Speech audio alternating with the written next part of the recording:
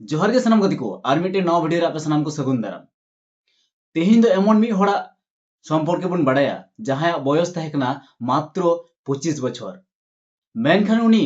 मी जुखै British साम्राज्य कापा उतर लेदाय थारथारा उचुले कोय ब्रिटिश साम्राज्य रेन सनाम सेना बाहिनी शासक दल को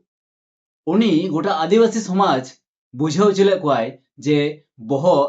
चे लेका उसूल काते ताड़ाम हुआ चे लेका बहो उसूल काते तिंगु हुआ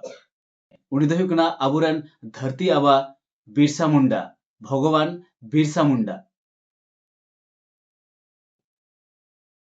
तेहिन दो अबु आदिवासी बीर योद्धावा कहानी बन आंजमा एहब खन मुचाद धाबी नवा वीडियो नेल रना नेहर तहन कना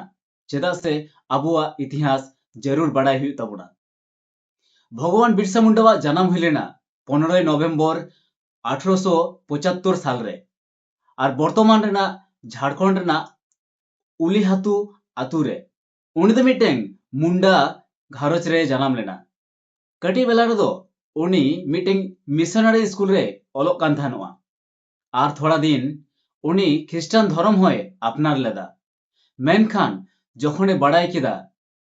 अपनारा समाज अपनारा धर्म संस्कृति इन जुखै ओना ख्रिस्टान धर्म बगी कते अपनारा निजेरा धर्म में पांजा रुवाड़ केदा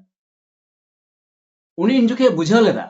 सिखनेत रेना जरूर मेना मेनखान अपनारा धर्म अपनारा समाज बगी कते दो बांग से अपनारा परिचय बगी कते दो बांग धरती आबा बिरसा मुंडा ओना जुखै ब्रिटिश सरकार आदिवासी को जहां जमी जागा आदिवासी को जमी रेना टैक्स हतावे थानोआ और ओना कारण ते नुंकु आदिवासी को अपनारा निजेरा जमी रेगी गुलाम को खटा कान थानोआ इन जुखे बिरसा मुंडा लई केदा निया जागा जमी दो आलेरेन हापड़ाम को कना आले दो कोयरेन चाकर होले बांग कना इन जुखे सानाम होड़े मिट जुमित के कोआ और इन जुखे की एहब लेना मिटेंग महा आंदोलन जहां दो उलगुलन ᱧᱩᱛᱩᱢ ते सानाम होड़ को बाडाया अर्थात महायुद्ध गाते को नबन बाडाया उलगुलन ओका जुखै हुई लेना ओका साल रे हुई लेना नवा उलगुलन दो 1899 खन 1900 साल भीतर रे नवा उलगुलन आंदोलन दो हुई लेना भगवान बिरसा मुंडा खाली नवा राजनैतिक लड़ाई तो बाय लड़ाई कना आयमा समाज होय संस्कार कदा इन जुखै समाज संस्कारो लगी मेन लेदाय पौर ᱧᱩ हंडी बगी पे आंधिया पतियो खन मौज नापाय हुदिस गुणन दोहय पे आंधा पतियो बगी पे मी जोटो ताबुन पे और अपनारा धर्म और संस्कृति बांचाव ताबुन पे इन जुखै की नुआ ब्रिटिश सरकार बतरना को अबुरेन धरती आबा बिरसा मुंडा अरेस्ट के दिया को उन जुखै 1900 साल रे रांची रेना मिटेन जिहल खाना रे धरती आबा बिरसा मुंडा को जिहल की दिया और ओना जिहल रेगी 9 जून 1900 साल रे धरती आबा बिरसा मुंडा शहीद एन ताबुनाय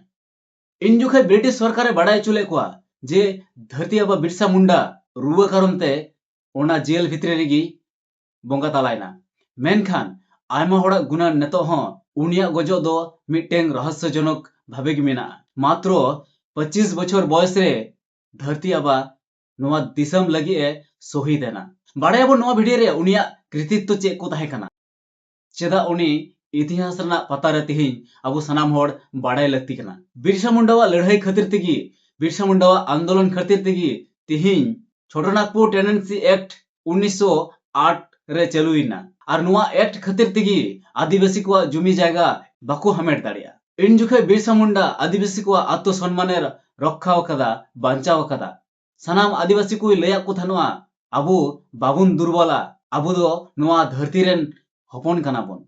और उनिया जन्म दिन 15 नवेम्बर इतिहास रेना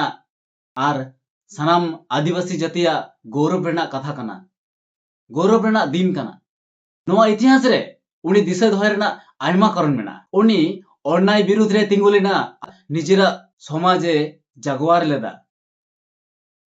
उनी इन जुखै धर्म संस्कृति समाज और जमी जगह सानाम ए रक्षा लेदा उनी मिट जुआन हुई कते नोआ समाज रेन मिटेंग दाड़ियान खुंटी लिका साहसे देखाव लेदा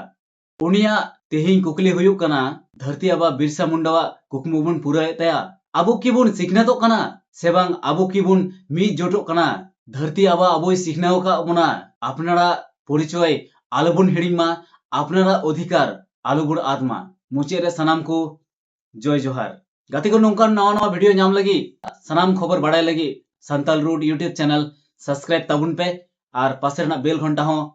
बजाव तबुन पे सनाम को नवा वीडियो शेयर को पे जाते सनाम आदिवासी को बाड़ाय को और सनाम को बुन मी जोड़ दाड़िया।